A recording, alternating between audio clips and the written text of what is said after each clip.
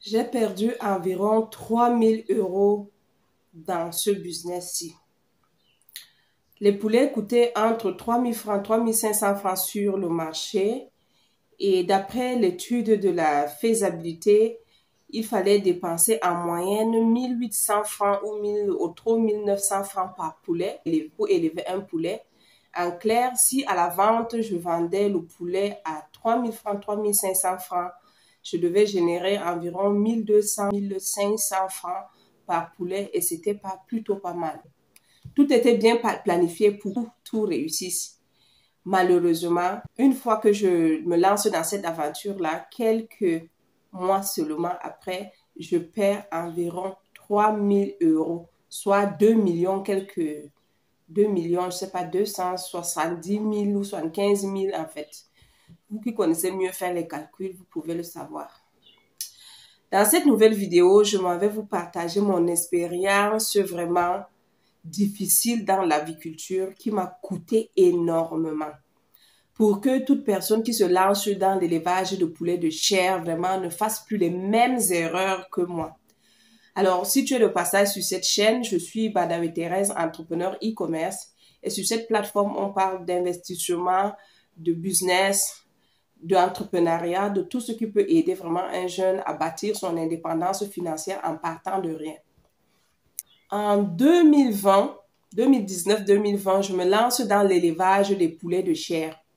Pour dire vrai, je ne connaissais rien en ce qui concerne l'élevage de poulets de chair, mais puisqu'on m'a dit, peut-être vous aussi, on vous a dit la même chose, que vraiment c'est un business qui paye gros. Et ceux qui faisaient même dedans dans ce business-là me disaient que ça paye gros. Et c'est comme ça que je me lance dans ce business-là et je commande 1000 poussins. J'avais évalué, n'est-ce pas, tout ce qu'il fallait pour l'élevage, l'alimentation, le suivi, bref, tout ce qu'il faut mettre en place pour réussir, arriver au bout à 45 jours et vendre les poulets. J'avais prévu quelque chose comme 2 500 000 francs. Donc, en euros, ça vaut environ 3 000, je ne sais pas si c'est 3 500 €, quelque chose comme ça. Alors, l'aventure commence, je me lance, je commande 1000 poussins et je fais le suivi, tout se passe très bien. Franchement, l'élevage, c'était une belle réussite. Pour quelqu'un qui n'avait jamais élevé de poulet de chair, franchement, je peux vous dire aujourd'hui que le plus difficile pour moi n'a pas été élevé en fait. Donc, l'élevage s'est très bien passé parce que j'ai été accompagnée par un ancien fermier qui faisait dans ce même business. Et c'était d'ailleurs un contrat. Vous pouvez d'ailleurs faire de même. On a fait passer un contrat selon lequel je devais, parce que en même temps, il était fermier et il était provendier, si on peut le dire, je pense. Il avait sa provanderie. Donc, je m'engage à prendre la provanderie chez lui. En échange, il me fait le suivi et il m'accompagne. Donc, c'est cela qu'on a mis en place et tout était bien. Au bout de 40 jours, c'était une réussite totale. Alors, je vais vous dire ce qui va me faire échouer. Ce qui se passe, c'est que lorsque je me lance dans l'élevage de 1000 poulets, voici d'ailleurs l'erreur de presque tous ceux qui se lancent en aviculture, je ne maîtrise pas le marché. Donc, j'ai pas fait l'étude du marché. Donc, c'est d'ailleurs la première des choses à faire. L'erreur là, vraiment, ne commettez pas ça. Lorsque vous élevez les poulets, allez auprès de tous ceux à qui vous allez vendre ces poulets-là. Faites des recherches. Faites l'étude du marché. Il faut savoir le besoin de ton client, de ta clientèle cible. Qu'est-ce que ta clientèle attend? Quel est le grammage qu'ils attendent du poulet qu'ils voudraient vraiment avoir? Parce que il y a des gens qui vont préférer acheter par exemple un poulet de 45 jours, même si le poulet a, je sais pas, 2 kilos ou 1,5 kg. Certains préféreront plutôt des poulets, je ne sais pas, de 50 jours qui pèsent environ 3-4 kilos. Donc vraiment, faites l'étude du marché. Ça, c'est la première erreur qui m'a fait perdre dans ce business-là. Donc, allez même auprès de ceux à qui vous allez vendre ces poulets. Voilà la première erreur.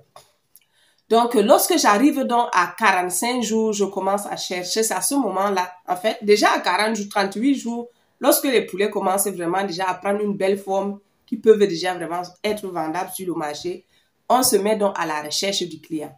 Sauf que la concurrence est rude. Les clients que vous allez rencontrer généralement, c'est ceux qui ont l'habitude déjà aussi d'acheter auprès de leurs fournisseurs. Donc, ils ont déjà établi une certaine relation de confiance entre eux et leurs fournisseurs. Lorsque un nouveau fermier arrive donc sur le marché, il faut maintenant un peu séduire tes clients, quoi. Donc, je commence donc à aller dans les marchés pour chercher les clients. Grande a été ma surprise que ce qu'on m'avait dit à l'avance, comme quoi les poulets coûtaient sur le marché 3 000, 3 500 francs, lorsque les grossistes arrivent à la ferme, ils me proposent de prendre les poulets à 2 200 francs. Donc, vous voyez déjà que je vois que je ne suis pas gagnant. Lorsque tu as dépensé environ 1800 francs pour élever un poulet et que, vu toutes les charges et autres, on arrive, on te donne 2200, tu as un gain environ de 400 francs. Franchement, pour un éleveur, c'est un choc parce que il le prend chez toi à 2200 francs, mais sur le marché, lui, il va revendre à 3000 francs. Ça veut dire qu'il gagne plus que toi, l'éleveur en question. L'erreur, encore je répète, c'est de ne pas avoir étudié le marché et de ne pas étudier la meilleure clientèle qui soit pour toi. Il y en a qui vont prendre les poulets chez toi à 3000 ou 3500 francs et il y en a aussi qui vont venir le prendre à 2000, 2200 francs. Alors je refuse de vendre les poulets.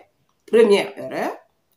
Les jours passent, j'avais prévu l'aliment pour 42, 45 jours maxi.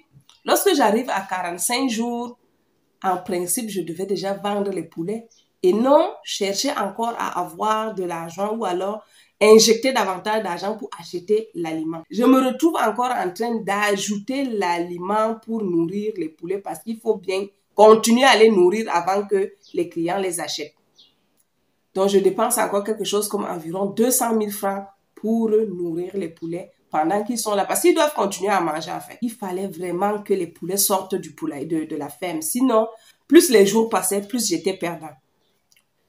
C'est au bout de 10 jours que j'arrive à vider la ferme. Et 10 jours, c'était suffisamment grand pour perdre énormément. Parce qu'en 10 jours, les poulets ont consommé encore tout ce que je pouvais avoir comme bénéfice sur la vente générale.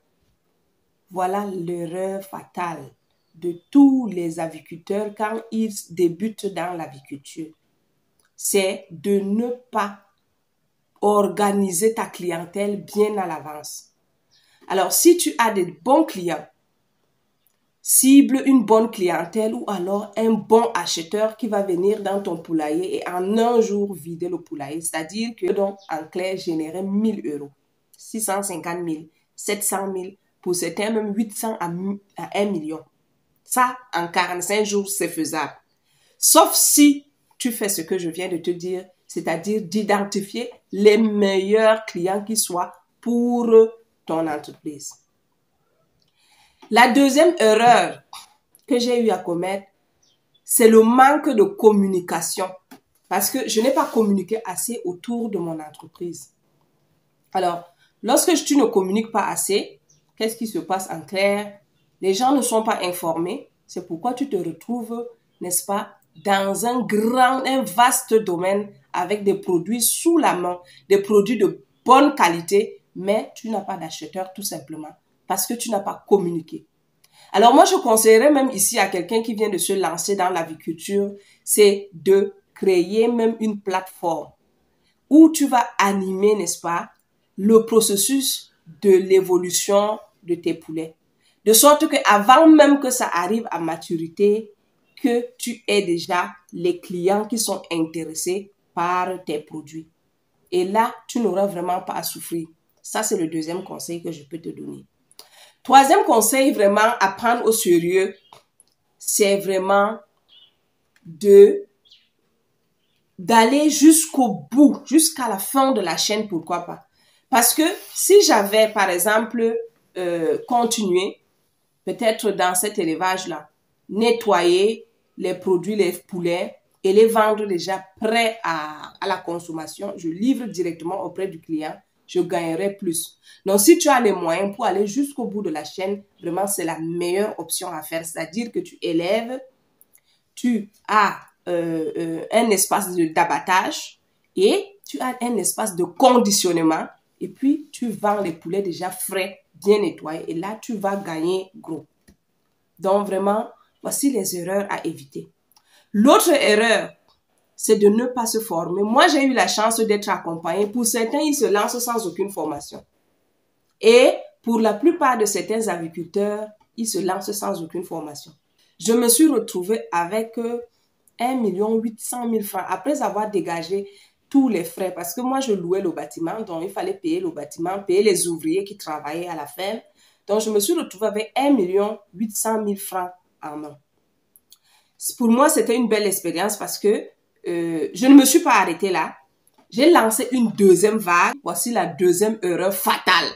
Parce que je ne maîtrisais pas les différentes souches, je suis partie sur une souche vraiment douteuse. Alors, je commande cette fois-ci 550 poussins et j'élève.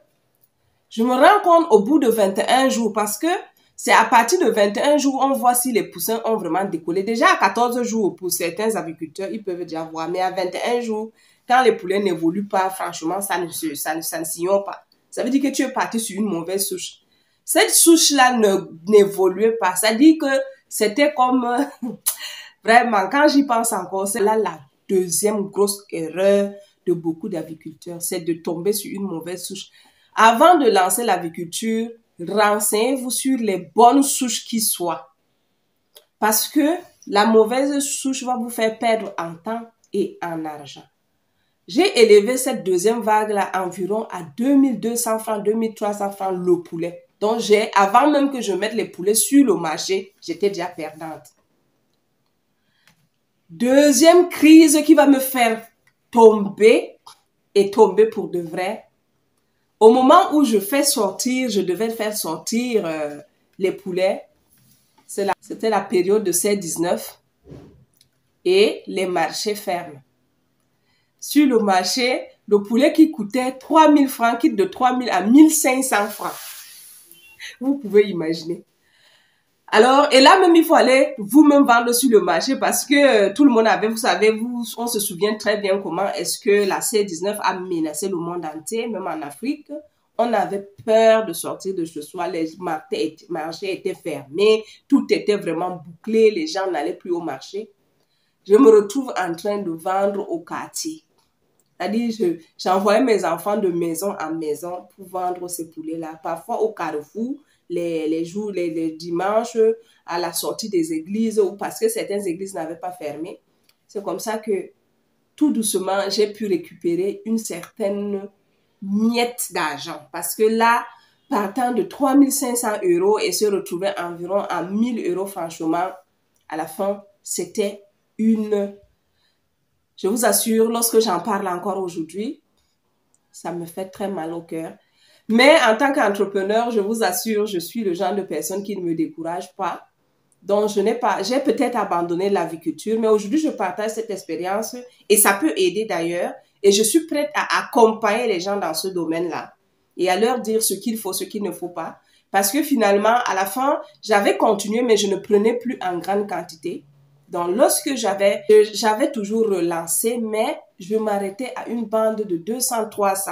Et avant même que les poulets arrivent à maturité, j'avais déjà les clients.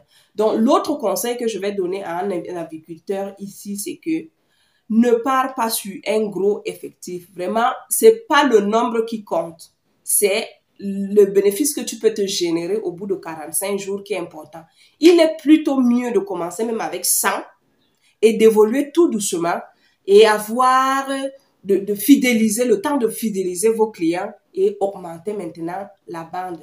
Et l'autre chose que j'avais aussi constaté, c'est qu'il y avait des périodes où, quel que soit l'endroit où vous trouvez, les poulets se vendaient très bien. Et en Afrique, c'est les périodes de fête. Je l'ai dit dans l'une de mes précédentes vidéos, c'est un business à lancer pendant les périodes de fête. Il y avait les fêtes de fin d'année, toutes les fêtes en général, les poulets se vendaient très, très bien. Donc, alors, quand tu lances une vague aussi qui ne va pas sortir à la période d'une fête vraiment, et tu seras vraiment pas très, très compétitif parce qu'il y a déjà les gros les gros vendeurs dans le domaine qui ont déjà ciblé le marché, ils ont déjà fidélisé, ils ont eu le temps de fidéliser leurs clients. Je pense que dans tout ce que j'ai raconté, tu as certainement suivi et si tu peux tirer vraiment des conseils qui peuvent t'aider, c'est important. Et aujourd'hui, c'est une belle expérience. Je ne voudrais pas dire ici que l'élevage de poulet de chair en soi est une perte, non. Vous pouvez gagner gros dans ce domaine-là si vous faites bien, si vous évitez un certain nombre d'erreurs que je viens de citer tout à l'heure. Avant même de terminer, de continuer, n'est-ce pas, je vous invite à vous abonner. Abonnez-vous massivement et partagez pour aider la communauté à se démarquer, à se lancer, à bâtir son indépendance financière.